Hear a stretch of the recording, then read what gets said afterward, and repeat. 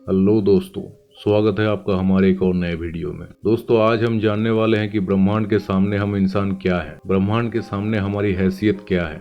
इस वीडियो को देखने के बाद आपका घमंड चूर चूर हो जाएगा जब आप जानेंगे कि ब्रह्मांड कितना विशाल है और इतने बड़े ब्रह्मांड में हम कहाँ एग्जिस्ट करते हैं, या फिर हमारा अस्तित्व इसके सामने कुछ मायने रखता भी है या नहीं। ये सब जानने के लिए वीडियो को पूरा जरूर देखें। दोस्तों, आपको जानकर हैरानी होगी कि हमारी धरती पर रहने वाले लोगों की संख्या यानी पूरी धरती की ह्यूमन पॉपुलेशन लगभग 8 अरब तक पहुंच चुकी है। लेकिन धरती पर मौजूद ये सभी 8 अरब लोग लॉस एंजलिस जितनी जगह पे समा सकते हैं। लॉस एंजलिस लगभग 1300 किलोमीटर के एरिया में फैला हुआ है। अगर हम बात करें हमारी धरती की, तो पूरी धरती लॉस एंजलिस से काफी ज्यादा बड़ी है। हमारे धरती के व्यास यानी मोटाई लगभग 13,000 किलोमीटर है। वहीं पर चांद का व्यास 3500 किलोमीटर है। चांद इतना बड़ा है कि इसके अंदर 1 लाख हिमालय जैसे पर्वत समा सकते हैं। और हमारी धरती इतनी बड़ी है कि धरती के अंदर चांद जैसे लगभग 50 उपग्रह समा सकते हैं। तो अब आप समझ चुके होंगे हमारी धरती कितनी विशाल है। तो दोस्तों, जरा एक बार सोच कर देखिए, धरती के सामने हम कहाँ टिकते हैं। चांद धरती से 3,84,000 किलोमीटर दूरी पर मौजूद है। इस दूरी के अंदर सोलर सिस्टम के सभी 8 ग्रह समा सकते हैं। अगर हम अपनी सूरज की बात करें तो हमारा सूरज धरती से 15 करोड़ किलोमीटर की दूरी पर मौजूद है। हमारे सूरज का व्यास लगभग 14 लाख किलोमीटर है। धरती के मुकाबले सूरज इतना बड़ा है कि इसमें 13 लाख धरती समा सकती है। यानी सूरज की विशालता की कल्पना हम आंख बंद करके भी नहीं कर सकते। तो आप सोच लीजिए, हम इंसान सूरज की विशालता के सामने क्या औकात रखते हैं। ना सिर्फ इंसान बल्कि सूरज की विशालता के सामने धरती और चांद की भी कोई हैसियत नहीं दिखाई देती। हमारे सौरमंडल के सबसे विशाल ग्रह जुपिटर या बृहस्पति के अंदर हमारी धरती जैसे 1300 धरतियां समा सकती हैं और जुपिटर जैसे 1000 ग्रह सूरज के अंदर समा सकते हैं। तो दोस्तों, सूरज न सिर्फ धरती बल्कि जुपिटर की औकात से भी कई गुना बड़ा है। लेकिन औकात की बात करें तो ये तो बस एक शुरुआत है। अगर हम बात करें पूरे सौरमंडल की, तो हमारे सौरमंडल का व्यास है 287 अरब किलोमीटर।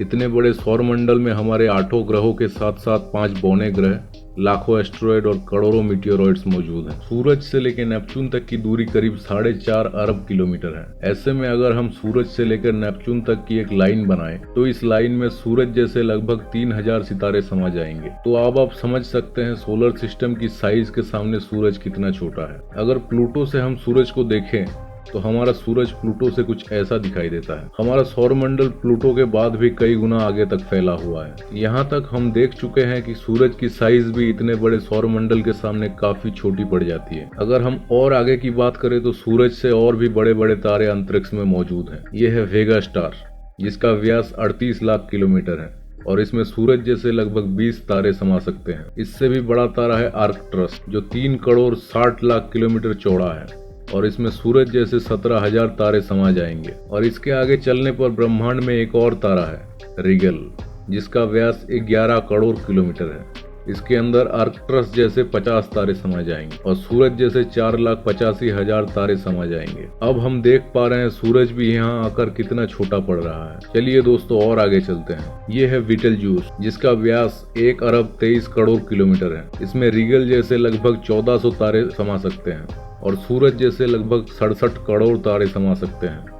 इसके सामने सूरज भी एक रेत के कण के समान लगता है। इसके आगे हम मिलते हैं VY कैनिस मेजोरिस से, जिसका व्यास 2 अरब किलोमीटर है और इससे भी बड़ा तारा है UY स्कूटी, जिसका व्यास लगभग 2 अरब 40 लाख किलोमीटर है। और अब तक का खोजा गया सबसे बड़ा तारा है स्टीफनसन 218, जिसका फैलाव 3 अरब किलोमीटर है। यानी इस तारे के अंदर सूरज जैसे 9 अरब 83 लाख तारे समा सकते हैं। ब्रह्मांड में अब तक इससे बड़ा कोई सितारा नहीं मिला है। अगर हम बात करें ब्रह्मांड में इससे भी बड़ी संरचनाओं की, तो हम पहुंच जाते हैं कैट्स आई नेबुला के पास। ये आकार में 0.4 प्रकाश वर्ष बड़ी है। यानी प्रकाश को इसे पार करने में 4 महीने 26 दिन लगेंगे। आप सोच सकते हैं ये ब्रह्मांड के सबसे विशाल तारे से भी कितना बड़ा है। इस नेबुला के अंदर स्टीफनसन 218 जैसे लगभग 3000 तारे समा जाएंगे। और इससे भी बड़ी नेबुला है हेलिक्स, जिसका व्यास लगभग 5 प्रकाश वर्ष है। यानी प्रकाश को इसे पार करने में 5 साल का समय लगेगा। इसमें स्टीफनसन 218 जैसे 15,000 तारे रखे जा सकते हैं। इससे भी बड़ा है ओरियन नेबुला, जो 24 प्रकाश वर्ष चौड़ा है। इससे आगे हमें मिलता है ओमेगा सेंचुरी कॉन्स्टिलेशन, जिसका व्यास 150 प्रकाश वर्ष है। और अब तक जिन विशालकाय संरचनाओं को हमने देखा है, उन सब को अपने अंदर समाने वाली इन सब से करोड़ों गुना विशाल ये है हमारी मिल्की वे गैलेक्सी। या मंदाकिनी आकाशगंगा, जो कि 1 लाख प्रकाश वर्ष के व्यास में फैली हुई है। यानी ये इतनी बड़ी है कि इसको पार करने में प्रकाश को भी 1 लाख साल लग जाएंगे। और आपको बता दें कि प्रकाश की गति 3 लाख किलोमीटर पर सेकंड की होती है। हमारे मिल्की वे गैलेक्सी में इस तरह के बड़े बड़े 20,000 नेबुला और 400 अरब तारे मौजूद हैं। तो यहाँ आकर आप कल्पना भी नहीं कर सकते कि हमारी गैलेक्सी कितनी बड़ी है।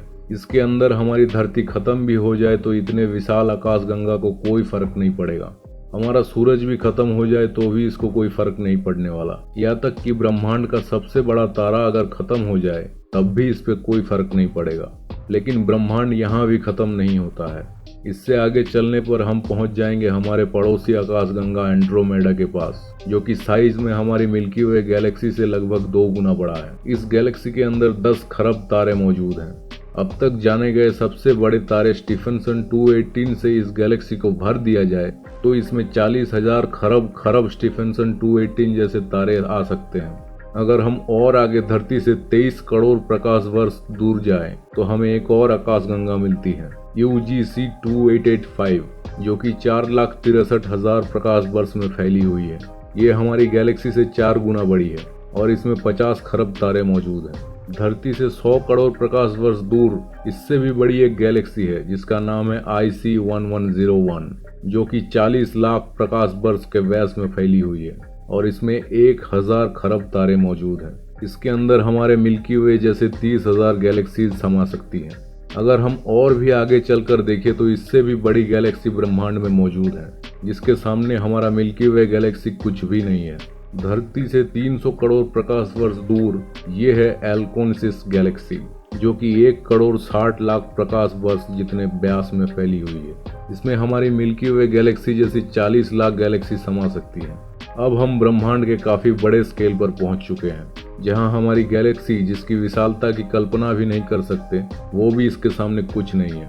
लेकिन अब अगर हम और आगे चले और पूरे ब्रह्मांड की बात करें तो हमारा पूरा ब्रह्मांड जिसे हमने अब तक ऑब्जर्व किया है वो सिर्फ 93 अरब प्रकाश वर्ष के व्यास में फैली हुई है। ध्यान दीजिए, सिर्फ यहाँ तक कि हम यूनिवर्स को आज तक ऑब्जर्व कर पाए हैं, इसीलिए हम इसको ऑब्जर्वेबल यूनिवर्स बोलते हैं। ये पूरा यूनिवर्स कितना विशाल है ये कोई नहीं जानता। हमारे ऑब्जर्वेबल यूनिवर्स के अंदर ऐसी 200 अरब गैलेक्सीज मौजूद हैं और ब्रह्मांड के सामने तो सबसे बड़ी आकाशगंगा एल्कोनसिस भी कोई हैसियत नहीं रखती। और जब इतनी बड़ी गैलेक्सी भी ब्रह्मांड के सामने कुछ नहीं है तो सूरज और धरती की तो बात ही छोड़ दीजिए। और रही बात हमारी, तो हम तो किसके सामने कहीं नहीं टिकते। अगर इतने बड़े ब्रह्मांड में कहीं जीवन नहीं है और सिर्फ पृथ्वी पर ही जीवन है तो हम इतने बड़े ब्रह्मांड में काफी ज्यादा अकेले हैं। अगर इसमें जीवन है भी तब भी हम कभी इतनी दूर तक फासला तय करके एलियन से नहीं मिल सकते। दोस्तों, हम नहीं जानते हमारा पूरा यूनिवर्स कितना विशाल है और यूनिवर्स के आगे हमें क्या देखने को मिलेंगे, और इस तरह से सोचने का कोई अंत नहीं है। लेकिन एक बात तय है, अब तक ब्रह्मांड की जानी गई साइज के सामने हम कुछ भी नहीं है। और यही वजह है कि आज वैज्ञानिक भी मानते हैं कि इस ब्रह्मांड के सामने हम इंसान कुछ हैसियत नहीं रखते हैं। इतने बड़े ब्रह्मांड में हम एक छोटी सी गैलेक्सी मिल्की वे गैलेक्सी में मौजूद एक छोटे से सोलर सिस्टम में बसने वाले एक छोटे से तारे के चारों ओर मौजूद एक बहुत छोटे से ग्रह पर स्थित काफी छोटे छोटे 200 देशों में रहने वाले 8 अरब लोगों में से हम में से एक इंसान इस पूरे ब्रह्मांड के सामने कोई हैसियत नहीं रखता। क्या आपके पास खुद पर घमंड करने के लिए कोई कारण है?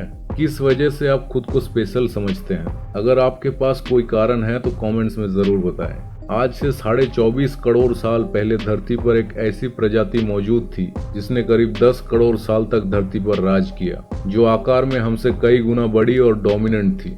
लेकिन सिर्फ एक एस्ट्रॉयड ने पूरी की पूरी प्रजाति को ही खत्म कर दिया। ऐसे में हम इंसानों की क्या ही हैसियत है? सिर्फ एक पल में ही ब्रह्मांड हमारे अस्तित्व को मिटा सकता है, हमारे वर्तमान को इतिहास में तब्दील कर सकता है। तो दोस्तों, कैसा लगा आज का वीडियो? अगर वीडियो से कुछ अच्छा सीखने को मिला हो तो लाइक करें, शेयर करें अपने दोस्तों के साथ, और चैनल पे नए हैं तो चैनल को भी सब्सक्राइब जरूर कर लीजिए। मिलते हैं नेक्स्ट वीडियो में, तब तक के लिए गुड बाय।